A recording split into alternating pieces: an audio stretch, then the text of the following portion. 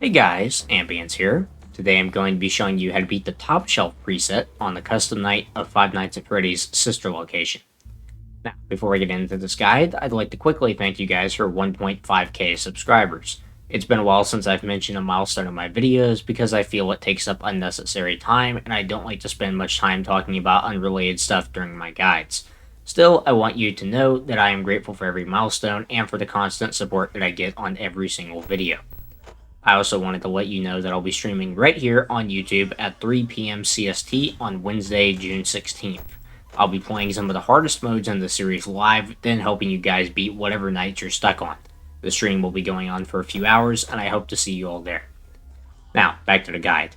This preset relies on memorization, sound cues, and reflexes. Despite the wide range of things to pay attention to, this preset is actually very slow and everyone is easy to deal with. As I've already covered the mechanics of the animatronics in depth in my previous guides, I'll only do a quick recap before moving on to the overall strategy. If you want to know more about how a specific character works, go to the playlist linked in the cards and find the guide for the first preset they appear in. Ballora will approach from either hall. You must rely on sound to track her as cam 1 and 2 are disabled when she's active. Her music has 4 levels: silent, distant, moderate, and loud. You can safely ignore silent and distant. Once her music reaches moderate, start paying attention, but don't shut the door quite yet. As soon as her music becomes loud, shut the corresponding door until her music becomes distant again.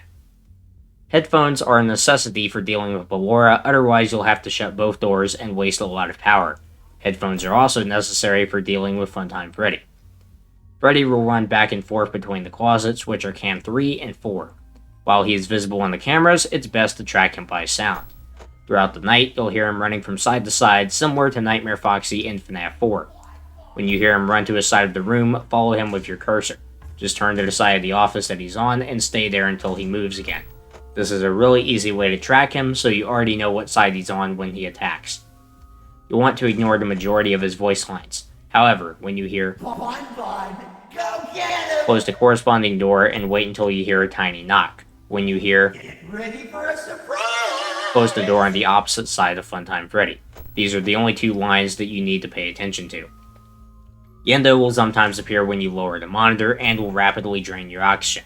Quickly flip the monitor back up and he'll make like the editor for a PG reality show and get the out of there. It's a common myth that Yenndo kills you when the oxygen runs out, but this isn't true.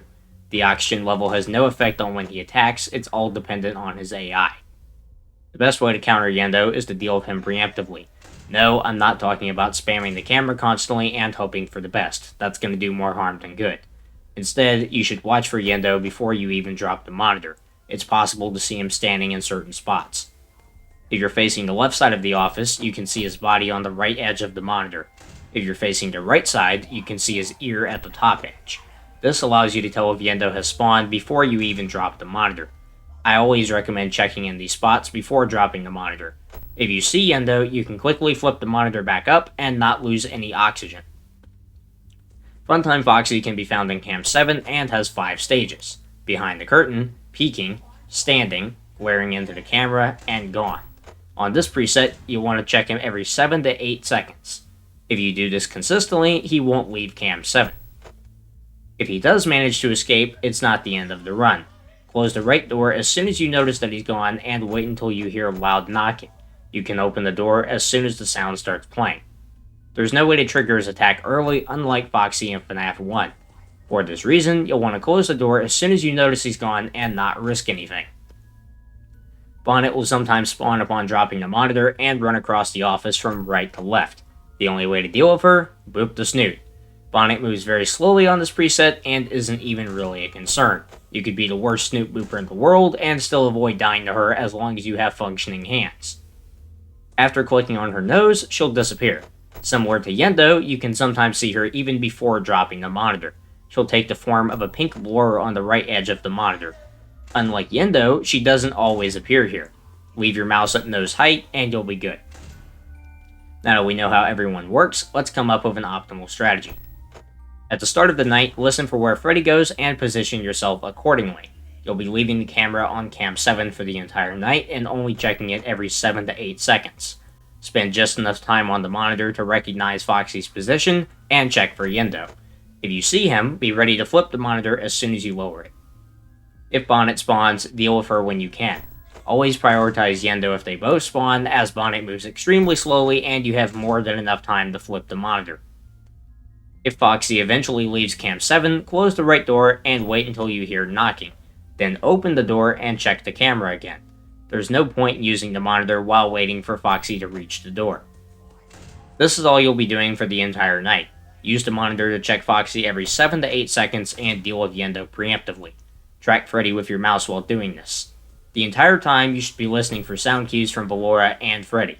If you hear Freddy announce an attack, close the corresponding door based on what he says. If Ballora's music ever becomes loud, shut the corresponding door without hesitation and wait until the music becomes distant before opening the door. If you're running low on power, make sure you aren't closing the door for Ballora too early, and try waiting until Freddy finishes his voice line to close the door.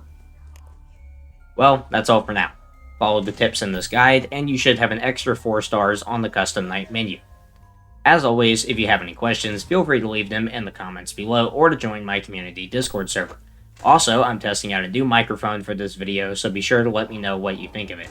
I personally really like it, and it seems to fix a lot of the audio issues that I used to have when trying to record. With that being said, thank you guys for watching this guide, I hope it helped you, and I'll see you in the next one.